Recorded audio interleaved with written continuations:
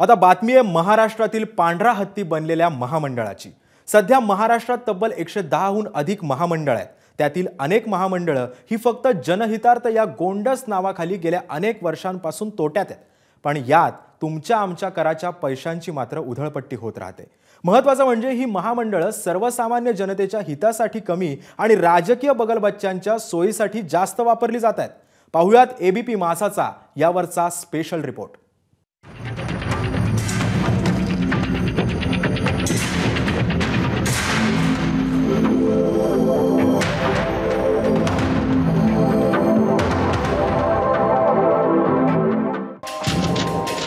महामंडळ जनहितार्थ की पांढरे हत्ती? निष्क्रिय असलेली 60हून अधिक महामंडळ तोट्यात? महामंडळ सर्वसामान्यांसाठी की राजकीय सोयीसाठी? तोट्यातील महामंडळांचे लाड कशाला? वंचित उपेक्षित घटकांच्या प्रगतीसाठी, सर्वसामान्य जनतेसाठी सरकार महामंडळांची निर्मिती करतं। त्या महामंडळांना कोट्यवधींचा निधी देताना मागे पुढे पाहत नाही। पण आता त्यातल्याच अनेक महामंडळांचा पांढरा हत्ती झाल्याचं वास्तव समोर आलंय आणि यातून कोट्यवधी रुपयांच्या नुकसानाचा भुर्दंड सरकारच्या डोक्यावर दरवर्षी न चुकता पडतोय, तसा रिपोर्टच कॅगनं दिलाय। राज्यात पूर्वी फक्त 95 महामंडळ होती, त्यात भर पडून संख्या 110 वर गेली आहे। ऊर्जा, वित्त, सेवा, पायाभूत सुविधा, कृषी उत्पादन, सार्वजनिक उपक्रम म्हणून ही महामंडळं आहेत। यातील तब्बल 45 महामंडळं आस्थापना तोट्यात आहेत, 19 निष्क्रिय आहेत। या महामंडळांची उलाढाल राज्याच्या स्थूल उत्पन्नाच्या 3 ते 4% आहे। ऊर्जा क्षेत्रातील महामंडळं सरकारी कंपन्या वगळता बाकी महामंडळांची उलाढाल अत्यंत कमी आहे। राज्यात सध्या 30 ते 35 महामंडळं नफ्यात आहेत। 10 ते 12 महामंडळांचा ना फायदा ना तोटा आहे। 60 महामंडळांचा कारभार सरकारी मदतीच्या उधारीवर सुरू आहे। सरकारचे जावई किंवा पांढऱ्या हत्तींसारख्या महामंडळांचा तोटा वर्षानुवर्ष वाढतोय। मॅक्सिमम यातली 90% महामंडळ ही शासनाचा निधी मोहून सुद्धा तोट्यात आहे। एक मोजकी महामंडळ सोडली तर ऑलमोस्ट सगळी महामंडळ ही तोट्यात आहे। की या महामंडळाचा उद्देश कितपत साध्य झाला या संदर्भात एक एक्सपर्ट कमिटी शासनाने नेमून याचा कुठेतरी आढावा घेतला पाहिजे। रस्त्यावरील छोटासा विक्रेताही धंद्यामध्ये तोटा झाला तर उपाययोजना करतो, मात्र धंदा कधीच तोट्यात चालवत नाही। सर्व प्रशासकीय यंत्रणा आणि तज्ज्ञ असूनही महाराष्ट्रात मात्र सर्वपक्षीय राज्यकर्ते तोट्यात असलेली आणि निष्क्रिय असलेली 60हून अधिक महामंडळं जनहितार्थ या गोंडस नावाखाली वर्षानुवर्ष चालवत आहेत, ज्याचा हजारो कोटींचा फटका सरकारला सहन करावा लागतो। इतकंच नाही तर तोट्यातल्या महामंडळांची मालमत्ता विकली तरी तोटा भरून निघणार नाही अशी परिस्थिती आहे। महामंडळ बंद करणं म्हणजे त्या समाज घटकांना एका निश्चित लाभापासून वंचित करणं होतं, असं एक त्याच्यातून म्हणजे म्हटलं जातं किंवा त्याचा उद्देश या समाज घटकाला लाभ देणं हा महत्त्वाचा उद्देश आहे। त्यामुळे ही वेलफेअर जी महामंडळ आहे विशेषतः ही बंद करणं शासनाला सुद्धा शक्य होतं। धक्कादायक म्हणजे ही महामंडळं सरकारला वर्षानुवर्ष कोट्यवधी रुपयांना खड्ड्यात घालतायत आणि दुसरीकडे हिशोब न देता दरवर्षी सरकारकडून कोट्यवधी रुपयांचे अनुदान लाटत आहेत।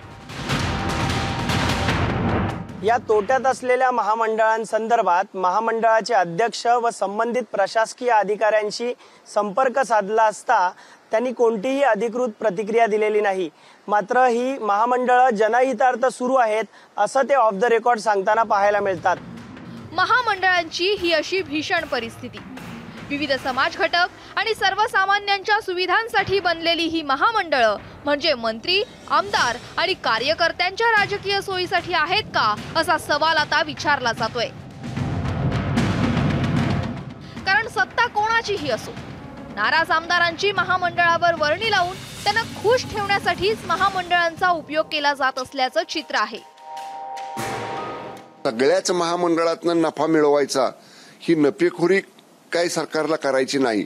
सरकार सामाजिक बांधिलकीतनं काम करत असते, त्यामुळे वेगवेगळ्या समाज घटकांसाठी, वेगवेगळ्या समाजातल्या वर्गातल्या लोकांसाठी ह्या महामंडळांचं काम चालू असते। त्यामुळे त्यातनं समजा जरी नफा झाला नाही, आर्थिक उत्पन्न मिळालं नाही तरी सुद्धा त्या समाजाच्या उन्नतीसाठी म्हणून काही योजना ह्या सरकारला चालवाव्या लागतात आणि त्याच्यासाठी अशा महामंडळांचं अस्तित्व हे गरजेचं आहे. राज्य परिवहन महामंडळ, चर्मोद्योग महामंडळ, अण्णाभाऊ साठे महामंडळ, विविध भागातील पाटबंधारे महामंडळ तोट्यात आहेत. महामंडळाचा कारभार व्यावसायिक पद्धतीने न चालवल्यामुळे ही महामंडळं दिवाळखोरीत. या महामंडळातील भ्रष्टाचाराच्या सुरस कथाही गाजल्या. संचालक मंडळाची मनमानी, प्रशासकीय साथ, होणारी डोळेझाक यामुळे अनेक महामंडळे पांढऱ्या हत्ती बनली. तोट्यातली महामंडळं बंद करू अशी घोषणा अनेक सरकारं करतात, मात्र त्याचं घोडं काही पुढे सरकत नाही. देवेंद्र फडणवीस यांनी मुख्यमंत्री असताना तोट्यातील 35 महामंडळं बंद करण्याची भूमिका घेतली. त्यासाठी मुख्य सचिवांची समितीही स्थापन केली. मात्र पुढे फडणवीसांचं सरकार गेलं आणि ही मंडळं तशीच राहिली. परिणामी सर्वसामान्यांच्या कराचा पाण्यासारखा पैसा यातच खर्च होत राहिला. नुकसानीत आहे म्हणून महामंडळ बंद करायचे का? तर यापेक्षा त्याचा होणारा उपयोग कसा आहे, किती आहे, यावर त्याचं मूल्यांकन केलं पाहिजे. तो अधिकार मग नाही आहे, पण तो अधिकार माननीय मुख्यमंत्री महोदय आणि उपमुख्यमंत्री महोदय योग्य क्षणी त्याचा योग्य निर्णय करतील.